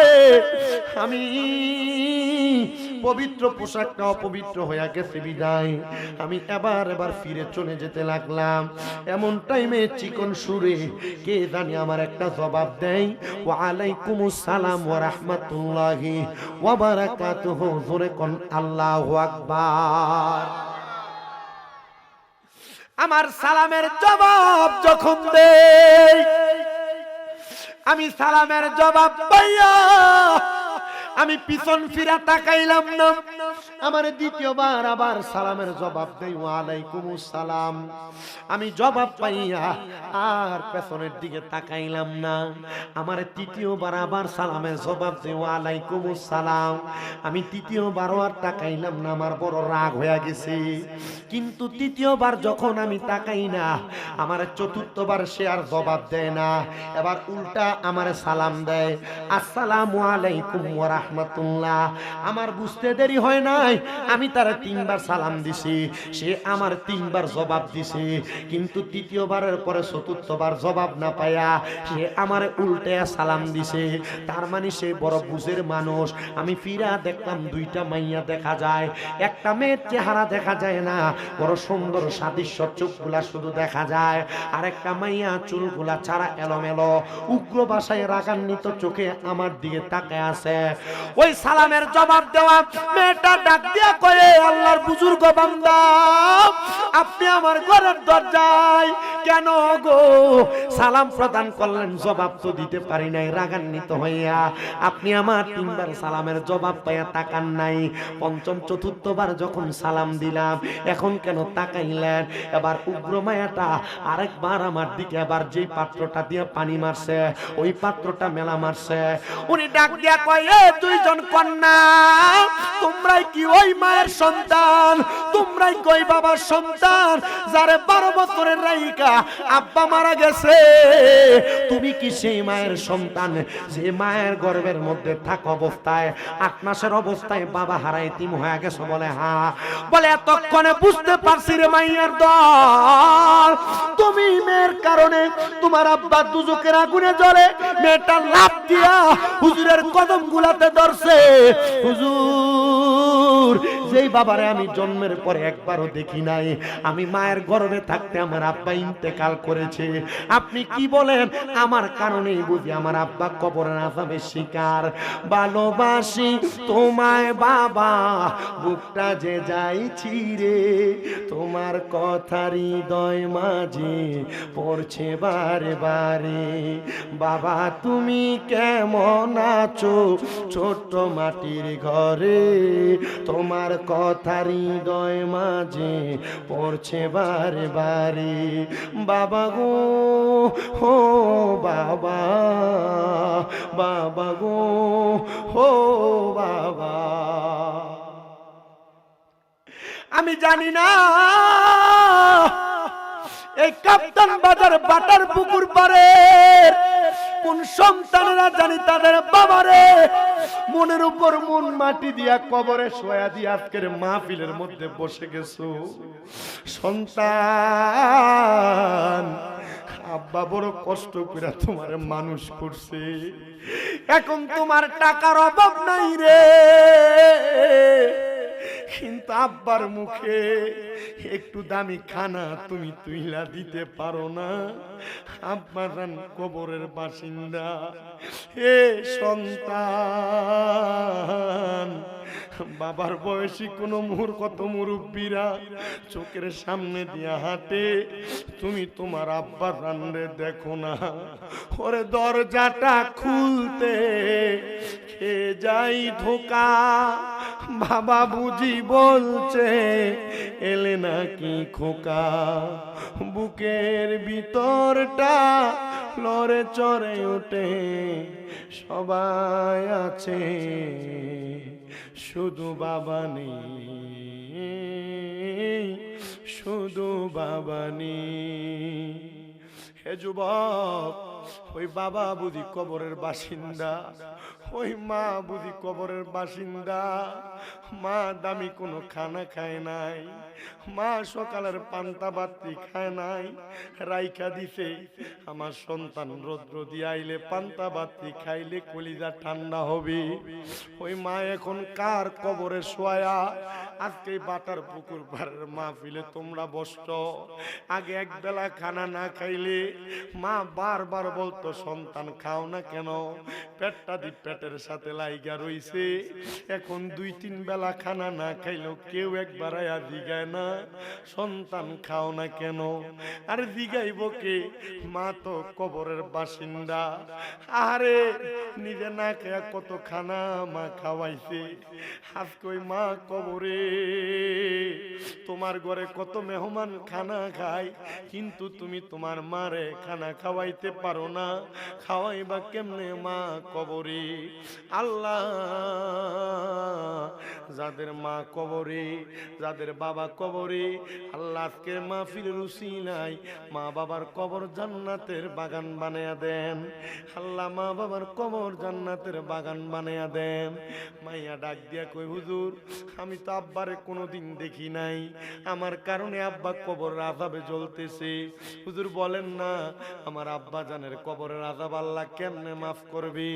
হুজুর নসিহত করে, ও মেয়ে 5 ওয়াক্ত নামাজি হইয়া যাও, ও মেয়ে আল্লাহর দরবারে তওবা করো, দেখবা আমার আল্লাহ তাআলা তোমার আব্বার আম্মার আব্বারে মাফ করে দিবে। মেয়ে কই, আমি হুজুরের কথা শুই না, আমি 5 ওয়াক্ত নামাজ পড়তে লাগলাম, আমি পর্দা করতে লাগলাম। 1 সপ্তাহ পরে আবার ওই আলেমের কাছে আইসা প্রশ্ন করে, হুজুর এবার বলেন না, আমি তো আর আগের মতো উগ্র নাই, আগের মতো বেহায়াপনা করি না, আমার আব্বাজান কবরে কেমন আছে? হুজুরকে আমি তো স্বপ্ন দেখছি, আমি কেমনে তোমারে দেখাইতাম? বলে তবে একটা শর্ত, একটা সিস্টেম আছে, তুমি দেখতে পারবা। বলে কোন সিস্টেমে আপনি বলেন? বলে তুমি এখন থেকে আমি যে আয়াত তেলাওয়াত করছি আমার খুতবায়, ওমিনাল লাইলি ফাতাহাজ্জাত বিহি নাফিলাতান লাকা আসা আইয়াবাসাকা রাব্বুকা মাকামাম মাহমুদা। আল্লাহ কোরআনে বলেন তোমরা রাতের, আল্লাহ কোরআনুল কারীমে বলেন হাবিব আপনি রাতের কিছু অংশ তাহাজ্জুদের নামাজ পড়েন। যদি আপনি তাহাজ্জুদের নামাজ পড়েন, অতি সত্বর আপনারে মাকামে মাহমুদ প্রশংসার জায়গা দান করা হবে। নবী বলছে, আল্লাহ আমার উম্মত যদি তাহাজ্জুদ পড়ে উম্মতের কি দান করবেন? আল্লাহকে আপনার উম্মত তাহাজ্জুদ পড়ে যা চাইবে উম্মতকে তা দেওয়া হবে। আমার নবী রাহমাতুল লিল আলামিন নবী ডাক দিয়া কই, উম্মত শোনো, ওই ব্যক্তিটা দুনিয়ার জমিনে যদি তাহাজ্জুদ আদায় করে কোনো মানুষ, ওই ব্যক্তির ঠিকানা আমি নবীর সাথে একই জান্নাতে থাকবে। ঠিক আল্লাহর বুজুর্গ বান্দা ডাক দিয়া বলতেছে, হুজুর ও হুজুর, ও হুজুর। বুজুর্গ মেয়েটা ডাক দিয়া বলে, হুজুর এবার বলেন আমার আব্বা কবরে কেমন আছে? 1 সপ্তাহ আগ থেকে নামাজ পড়ছে, রোজা রাখছে, সুন্দর ইবাদত করতেছে পর্দা করে। হুজুর কয়, মা বাড়িতে যাও তাহাজ্জুদ পড়ো, তোমার আব্বা কেমন আছে? তাহাজ্জুদ পড়ে কান্নাকাটি করলে আব্বারে আম্মারে দেখতে পারবা। সুন্দর করে মাইয়াটা তাহাজ্জুদ নামাজ পড়া শুরু করছে। 3 দিন পর্যন্ত তাহাজ্জুদের নামাজ পড়া ওই আল্লাহর বান্দি যখন কান্না করে, মেয়েটা বলে আমি কান্না করতে করতে নামাজের মুসল্লাটার মধ্যে বেহুশ। এমন টাইমে দেখলাম আমার ঘরটা নূরের আলোতে ঝলমল ঝলমল করতেছে। মাথা উঠাইলাম, আলোর কারণে চোখ মেলতে পারতেছিলাম না। এমন টাইমে আমি জিজ্ঞাসা করলাম, মান আনতা, কে আপনি? কে আপনি? আপনার পরিচয় কি? উনি আমারে জবাব দেয়, আমি হলাম তোমার আব্বা জান। তাকে দেখলাম বড় সুন্দর চেহারা, কোনদিন তো আব্বার জন্মের পরে দেখি নাই। তাকে দেখলাম বড় নূরানি পোশাক পরা, সুন্দর দেহ। হুজুরের কথার সাথে এখন আব্বারে দেখার সাথে তো মিলে না। ও আব্বা, আপনি না জাহান্নামের আগুনে জ্বলতেছিলেন, এখন কেন আপনার দেহটা বড় সুন্দর? আমারে আমার আব্বা জবাব দেয়, মা অন্য কোনো কারণ না, অন্য কোনো কারণ না। তুমি মাইয়া গত এক সপ্তাহ নামাজ পড়া দোয়া করার কারণে আমার আল্লাহ আমি আব্বার কবর নাজাত দিয়া ভরপুর করে দিছি। এ কাপ্তান বাজার ভাটার পুকুর পাড়ের মানুষ, সন্তান নামাজ পড়া বইতো বাবা মার জন্য দোয়া করলে আমার আল্লাহ ওই মা বাবার কবরের আযাব মাফ করতে পারে। এই বিশ্বাস কার কার আছে? ডান হাত তুলে আমার আল্লাহরে দেখাও। আল্লাহ কবুল করেন, জোরে কোন আমিন। ওরে আসলেন নবী এই দরাতে রহমত বরকত নিয়ে, আসুন সবাই তাজিমে সালাম দেই ওই নবীরে ইয়া নবী। আল্লাহুম্মা আমিন। আলহামদুলিল্লাহি রাব্বিল আলামিন। আসসালাতু ওয়াসসালামু আলা রাসূলিহিল কারীম। ربنا ظلمنا أنفسنا وإن لم تغفر لنا وترحمنا لنكونن من الخاسرين ربنا فاغفر لنا ذنوبنا وكفر عنا سيئاتنا وتوفنا مع الأبرار مبدو ও দয়াল আল্লাহ, একটু রহমতের নজর করে তাকিয়ে দেখেন আল্লাহ। এই কুমিল্লা শহরের প্রাণকেন্দ্র কাপ্তান বাজার বাটার পুকুর পার আল আমিন ফুরকানিয়া মাদ্রাসার উদ্যোগে বাৎসরিক ওয়াজ ও দোয়ার মাহফিল সাজায়া এলাকার মুরব্বিয়ানে কেরাম, আলেম সমাজ, দাড়ি পাকা মুরব্বী বাবারা, যুবক নওজোয়ান ভাইয়েরা, ছোট ছোট মাসুম বাচ্চারা, পর্দার অন্তরালের আমার কত মা বোনেরা, আল্লাহ জীবনের গুনাহ মাপ পাওয়ার আশায় গুনাহগার কাঙ্গালের বেশে দুইটা হাত বাড়াইছি। আল্লাহ, যার হাত তোমার দরবারে মায়া লাগে, পছন্দ হয়, ওই হাতের উসিলায় আমাদের প্রত্যেকের জীবনের গুনাহ তুমি মাফ করে দাও। আল্লাহ, তুমি যদি আমাদের জীবনের গুনাহ মাফ করে দাও, আল্লাহ বলো কার কাছে যাই আমরা হাত বাড়াইব? আল্লাহ, দুনিয়ার ভিক্ষুক এক দরজার মধ্যে ভিক্ষা না পাইলে আরেক দরজার মধ্যে যায় হাত বাড়ায়। আল্লাহ, আমরা যদি তোমার দরবারে মাপ না পাই, বলো আমরা কার দুয়ারে যায় হাত বাড়াইয়া মাপ পাবো? আল্লাহ, ভিক্ষুকের এক দরজাতে ভিক্ষা না পাইলে আরেক দরজায় জায়গা আছে। আল্লাহ, তুমি ছাড়া আমাদের কোনো খোদা নাই। আল্লাহ, তোমার দরবারে ক্ষমা না পাইলে আমরা কার দরবারে ক্ষমা পাবো? মাবুদ রাব্বুল আলামিন, আল্লাহ, তোমার রহমানুর রহিম নামের খাতিরে আমরার জীবনের গুনাহ মাফ কইরা আমরারে বেগুনাহ মাসুম বান্দা বানায়া দাও। ও আল্লাহ, আজকে জান্নাতের বাগানে যারা যারা হাত বাড়াইছে, অনেকে আছে তাদের জগতে আব্বা নাই, অনেকে আছে তাদের মা নাই, অনেক সন্তান আছে মাও নাই, বাবাও নাই, একবারে এতিম। আল্লাহ, তাদের আম্মা আব্বার কবর জান্নাতের বাগান বানিয়ে দাও। আল্লাহ, অনেকে আছে মা বাবা সুস্থ অবস্থায় বিছানায় পড়ে আছে, আল্লাহ তাদের আম্মা আব্বার কবর, আল্লাহ আম্মা আব্বার সুস্থতার নিয়ামত দান করো। অসুস্থ মারে শেফা দান কইরা দাও। আল্লাহ, আমারও মা অসুস্থ, আজকে 8 মাসের উপরে আমার আম্মারে তুমি সুস্থতার নিয়ামত দান করো। মাবুদ রাব্বুল আলামিন, আল্লাহ, ফরিয়াদ জানাই গো তোমার দরবারে। আল্লাহ, আমাদেরকে মা বাবার খেদমত করার তৌফিক দান করে দাও। যারা মাহারা, যারা বাবা হারা, আল্লাহ তাদের মনে শান্তি নাই, তারা ইতিম। এমন আম্মা আব্বার কবরে আর আযাব দিও না। মাবুদ, যাদের মা বাবা কবরে, আম্মা আব্বার কবর জান্নাতের বাগান বানাও। যাদের মা বাবা বেঁচে আছে হায়াতে বরকত দাও। আম্মা আব্বা অসুস্থ থাকলে পরিপূর্ণ সুস্থতার নিয়ামত দান করো। এই কাপ্তান বাজার বাটার পুকুর পার আল আমিন ফুরকানিয়া মাদ্রাসার মাহফিলে যারা টাকা দিয়া, পয়সা দিয়া, শ্রম দিয়া, বুদ্ধি দিয়া, পরামর্শ দিয়া, মাইক দিয়া, লাইট দিয়া, প্যান্ডেল দিয়া, মিডিয়ার বাইরা সহ সম্মানিত শ্রোতা মণ্ডলী, পুরুষেরা, পর্দার আড়ালের মা বোনেরা, আল্লাহ প্রত্যেকের খাস দোয়াগুলা কবুল মঞ্জুর করো। আল্লাহ বিশেষ করে আমার অনেক মা বোনেরা পর্দার অন্তরাল থেকে দোয়া চায়, আল্লাহ আমার মা বোনদের দোয়াগুলো কবুল মঞ্জুর করে নাও। গত বছর আলামিন ফোরকানিয়া মাদ্রাসার জন্য আল্লাহ দানের টাকা চাওয়ার কারণে অনেকে আল্লাহ দান করেছে, মাদ্রাসার কাজগুলো অনেকটা আগে গেছে। আল্লাহ এদের দানগুলার উসিলাই এদের বংশর কবরের আযাব মাফ করে তাদের কামাই রুজিতে বরকত দাও। বিশেষ করে অনেক প্রবাসী ভাইরা বিদেশ থেকে দোয়া চায়, আল্লাহ প্রবাসীদের খাস দোয়াগুলা কবুল মঞ্জুর করে নাও। রাব্বুল আলামিন আল্লাহ যে প্রবাসীরা বিদেশের বাড়িতে থাইকা কষ্ট করে রেমিটেন্স দিয়া বাংলাদেশের রেমিটেন্স খাতের উপরের দিকে উঠাইতেছে, আল্লাহ ভাই প্রবাসীদের কামাইয়ের দিতে বরকত দাও, হায়াতে বরকত দাও, রিজিকে বরকত দাও, মনের নেক নেক আশাগুলা পুরা অনেকের আকামানে আকামার ব্যবস্থা করো। আমার আব্বা জান দোয়া চাইছে ওনার সন্তানের জন্য, ওনার সন্তানটারে তুমি কবুল মঞ্জুর করো। ফরাত প্রবাসী মানুষ আল্লাহ তারে তুমি সহি সালামতের জিন্দেগি নসিব করো। এলাকার যত সন্তানেরা প্রবাসী আল্লাহ সন্তানদেরকে বিদেশের বাড়িতে ভালো রাখো, সুস্থ রাখো, সুন্দর জিন্দেগি দান কইরো।